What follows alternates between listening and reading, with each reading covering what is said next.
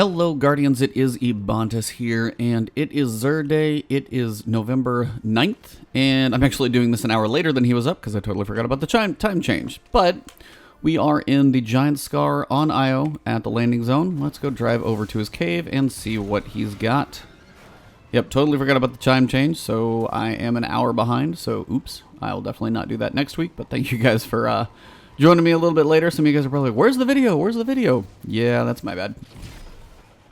Over here in the cave, and let's see what he's got. Alright, so of course, always your Fated Engram. Remember, this is still year one stuff. If you're missing like Borealis on Xbox or PC, it's a good place to get it. And if you're missing a specific piece of armor for a character, if you need to say something for your hunter, don't try and go get that hunter thing while you're logged in on your Titan. At least go to the proper character for a piece of armor. I mean, weapons may happen, but if you're going for an armor piece you're missing, be on the right character. If you guys are working on your Nightfalls, solos, whatever, Nightfalls, this is your challenge card to pick your modifiers if for some reason you don't have one yet. And that out of the way, let's jump in. We've got the Prospector. This will be your grenade launcher. And I do believe this is going to be a heavy weapon. I'm pretty sure it still stayed in that spot because it is a drum-loaded grenade launcher. It looks pretty cool too, just always very ornate. A couple of the ornaments on this one kind of give it some good looks. For exotic perks, we've got Excavation. Hold your, fire button to fire grenades. Release to detonate all live grenades simultaneously. Grenades stick to surfaces and set targets on fire. So kind of a cool thing, kind of more of a shoot a whole bunch of them out, let them explode, have some napalm on the ground. I don't see this as still one that's like overly amazing. I don't hear about it being, broken anywhere or just this ultimate must-have. But it's still a fun grenade launcher. It definitely got a bit of a boost with the sticky grenades and then also the fire that it leaves. That wasn't there before. So when they did the exotic pass, it got better. If you don't have it, if nothing else, it's one of the cooler looking ones. I just don't think it's a game changer with everything else we've got right now. We do have full auto. So this is going to be pretty much hold it down and see how many you can shoot out. You've got 8 in the magazine, so keep that in mind. Also got volatile launch, augmented drum, and hand laid stock. Pretty basic stuff, but if you wanted cover ground with 8 grenades or something in PvE and then sight it all on fire, could be a fun thing to watch. And you never know when exotics may or may not get better. So if you don't have it, add it to your collection, at least complete your collection. For our Warlock, we've got the Winter's Guile. Not a whole lot going on look-wise. Pretty much looks like a winter coat, something to keep you warm. Your exotic perk, eliminating enemies with melee attacks increases your melee damage. Now, melees for me are one of those in PvE where it's not going to overly be something you want to just keep punching.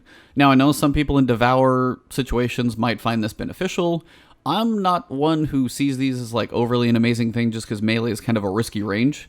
If you're looking to try and get continuously kills and you're fighting things like Thrall, yeah, that might work, but you're not going to try and punch a major knight in the face and really have it be effective. So while, eliminating enemies with melee attacks increases your melee damage, at some point it's probably going to cap. I don't know if it's 3x or what.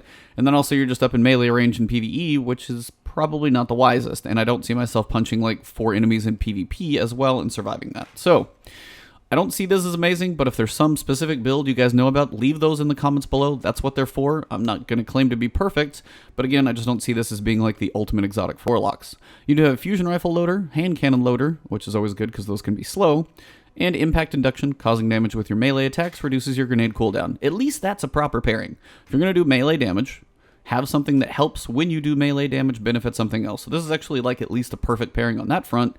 Got shotgun scavenger and heavy ammo finder. Pretty standard stuff on the end. Next, we have another pair of gauntlets. These are the Aeon Safe. Now, these are going to be for the Titan. Now, all 3 of these, I've never been a huge fan of. They're supposed to work together all synergistically and stuff like that. Unfortunately for me, they never really seem to benefit that much because nobody's willing to give up another exotic to wear these, and it's not that big of a boost as it is. So the Aeon Energy works as follows. So summoning a barricade grants the following to nearby Aeon cult wearers. So you have to have other people wearing the exotic to get benefits, and it's got to be a team effort thing. If you're not going to work together, then it's probably not going to do very much. So if a Warlock is around when you summon a barricade, they get grenade energy. Other Titans will get barricade energy. Other Hunters get dodge energy. So it's all class energy, basically. Other allies receive a fraction of the shared energy. So If you're not wearing, the specific thing, then they get a tiny bit of the energy boost. So you'll help your neighbors out a little bit, but probably not a ton. Go mobility or resilience, that's up to you. You can go fusion rifle loader, which if you're running in PvP, Telesto apparently is a beast. Hand cannon loader again, and impact induction. If you'll notice, anytime Xur has a piece of gear, say it's gauntlets, and he's got 2 gauntlets for different classes, they're going to have the exact same perks. I don't know why, but they are pretty much always static. If there were 3 sets of gauntlets, it'd be the exact same rolls on all 3. So random, but not random. Very weird. Of course, shotgun scavenger and heavy ammo finder, also still the same. Finally, we have the Ophidia Spathe. Probably butchering that one, but we'll see. This is going to be for the hunters, and this is going to be from Warmind. Scissor Fingers grants 2 knives per charge. Now, I hear, potentially, I don't know if this one actually carries over to the Way of 1,000 Cuts. If this is the one that actually pairs up with Way of 1,000 Cuts, I just haven't leveled up my hunter. I've really got to do that. As you have those like triple throwing knives, and you might have 2 charges of it. I don't know if this works better in that front, so people can use ultimate throwing knives. I've heard there's a build where you can have so many throwing knives that it's kind of ridiculous. Now, I don't know if it's a new exotic or this one specifically, but with all the new knives going around in Way of 1,000 Cuts, this may be the build. So definitely check on this one. I'll try and leave a comment below if I hear if this is like amazing.